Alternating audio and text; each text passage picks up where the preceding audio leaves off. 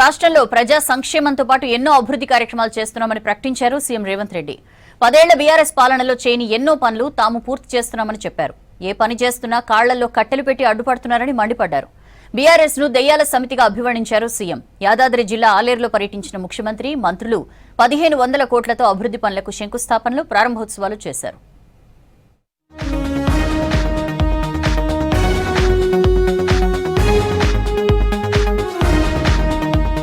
యాదాద్రి భువనగిరి జిల్లా ఆలేరు సెగ్మెంట్ టూర్లో పలు అభివృద్ధి కార్యక్రమాలకు శంకుస్థాపనలు, ప్రారంభోత్సవాలు చేశారు ముఖ్యమంత్రి రేవంత్ రెడ్డి. రాష్ట్ర మంత్రులు ఉత్తమ్ కుమార్ రెడ్డి, కోమటిరెడ్డి, తుమ్మల, పొంగులేటి, సీతక్క, ఇతర ప్రజాప్రతినిధులతో కలిసి గంధమల్ల రిజర్వాయర్ పనులకు శంకుస్థాపన చేశారు. దీంతో పాటు జిల్లాలో 1500 కోట్ల అభివృద్ధి పనులకు శ్రీకారం చుట్టారు. తర్వాత తిరుమలాపూర్లో ఏర్పాటు చేసిన బహిరంగ సభలో పాల్గొన్నారు సీఎం.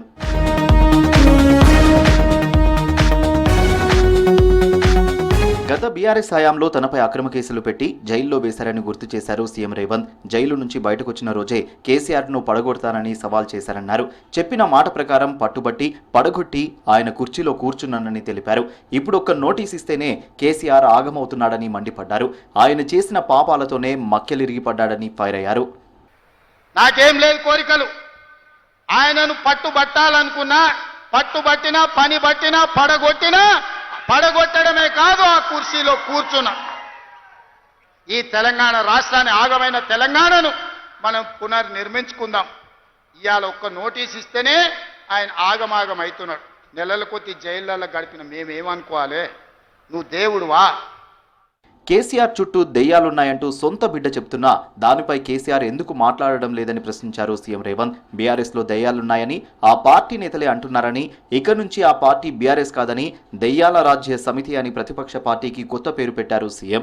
దెయ్యాల పార్టీ నాయకుడు కేసీఆర్ ఫామ్ హౌస్లో నిద్రపోతున్నాడని విమర్శించారు. ఆయన బిడ్డ కవిత చెప్పిన కొరివి దెయ్యాల పంచాయతీని తేల్చాలన్నారు.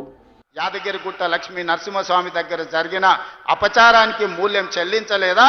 మన ప్రభుత్వం ఏర్పడ్డ నాడే బొక్కవోర్ల పడి మక్కెలు ఇరగలేదా? మీకు తెలియదా? నేనంటలేని మాట ఆ పార్టీ నాయకురాలే అన్నారు. ఏమన్నారు మిత్రులారా? మా పార్టీలో దయ్యాలు చేరనే.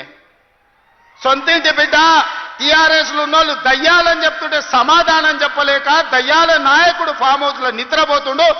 నువ్వు మా మీద దాడి చేసుడు కాదు, ఇది కాళేశ్వరం కమిషనా, కాంగ్రెస్ కమిషనా అడుగుడు కాదు. నీ పార్టీలో ఉన్న దయ్యాల గురించి నీ బిడ్డనే చెప్పింది కదా. ఆ దయ్యాలు, కొరివి దయ్యాలు ఎవడో తెలంగాణ ప్రజల్ని ఎట్లా పట్టి పీడిస్తుండ్రో ఇవాళ నీ బిడ్డ అడిగిన ప్రశ్నకు సమాధానం చెప్పమని బీఆర్ఎస్ నాయకులను అడుగుతున్నా. వ్యక్తం చేశారు సీఎం. వాసల్లమరిలో ఇండ్లు కూలగొట్టి శ్మశానం చేశారని ఆరోపించారు. ఫామ్ హౌస్ కు రోడ్డు వేసుకోవడానికి నక్కజిత్తులు వేశారని ఫైర్ అయ్యారు. ఎన్నిసార్లు బయటకు వచ్చిండు, ఎన్నిసార్లు ప్రజల్ని కలిసిండు ఆయన అడగాలి. ఆకుల ఆగవకు అల్లనేరేడు పండించిండంట. ఆ అల్లనేరేడు పండి తిన్నందుకు ఆమె పోయి దావకాళ్ళు పడ్డ. మా అక్క కూడా ఇక్కడికి వచ్చే ఉంటుంది నాకు తెలిసి. ఇవాళ వాసాల మరిలో ఇళ్ళని కూలగొట్టి శ్మశానం చేసి కూర్చున్నాడు. దాని ఆదర్శ గ్రామంగా తీర్చిదిద్దుతా అన్నాడు. మరి ఆ వాసాల మరి పరిస్థితి ఏముందో నాకైతే తెలియదు. కానీ మా చామలకీరను, మా బీర్ల ఐలేను పోయి చూసిరమ్మంటున్నా. వాళ్ళకి ఆయన అన్యాయం చేసిపోతే న్యాయం చేసే బాధ్యత మన మీద ఉన్నది. రాష్ట్ర ఉద్యోగుల సమస్యలను ప్రభుత్వం పరిష్కరిస్తుంటే బీఆర్ఎస్ తప్పుడు ప్రచారం చేస్తోందని విమర్శించారు సీఎం. 10 ఏళ్లలో ఏనాడైనా ఫస్ట్ తారీఖున జీతాలు పడ్డాయా అని ప్రశ్నించారు. అధికారంలోకి వచ్చిన ఏడాదిలోనే 60,000 ఉద్యోగాలు భర్తీ చేశామని గుర్తు చేశారు. ప్రైవేటు సెక్టార్లో యువతకు 1,00,000 ఉద్యోగాలు కల్పించామన్నారు. కార్పొరేట్ స్కూళ్లను తలదన్నేలా పేద విద్యార్థుల కోసం యంగ్ ఇండియా స్కూళ్లు నిర్మిస్తున్నామని వివరించారు.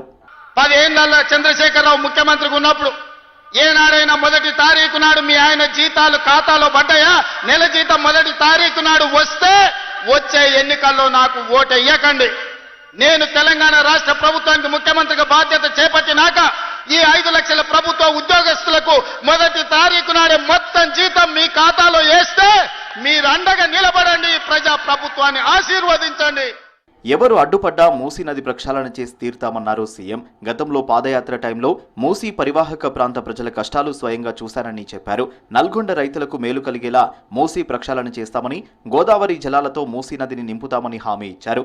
బీజేపీ నేతలు నర్మదా, గంగానది ప్రక్షాళన చేసుకోవచ్చు, తెలంగాణ ప్రజలు మాత్రం మూసీ నదిని ప్రక్షాళన చేసుకోవద్దా అని ప్రశ్నించారు సీఎం.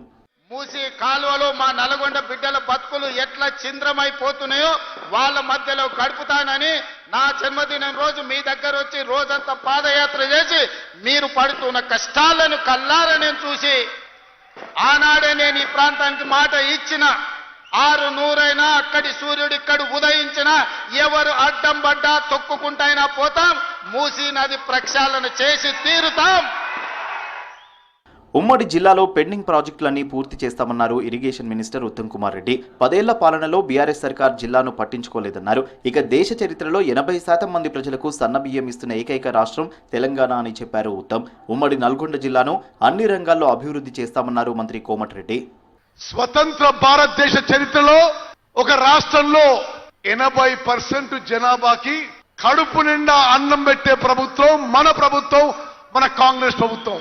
కష్టపడ్డ నాయకులు మీ అందరికి కూడా అండగా ఉంటామని, ఈ ప్రాంతాన్ని అభివృద్ధి చేస్తామని చెప్పని ప్రతి కార్యక్రమం అందుబాటులో చేస్తామని మీ అందరికి కూడా మాటిస్తూ, యాదగిరిగుట్ట నారసింహుడి ఆశీస్సులతో ప్రజల సంక్షేమంతో పాటు ఎన్నో అభివృద్ధి పనులు చేస్తున్నామన్నారు సీఎం, మంత్రులు. టీటీడీ తరహాలో వైటీడీ బోర్డు చేశామని, త్వరలోనే వైటీడీ బోర్డును నియమిస్తామన్నారు.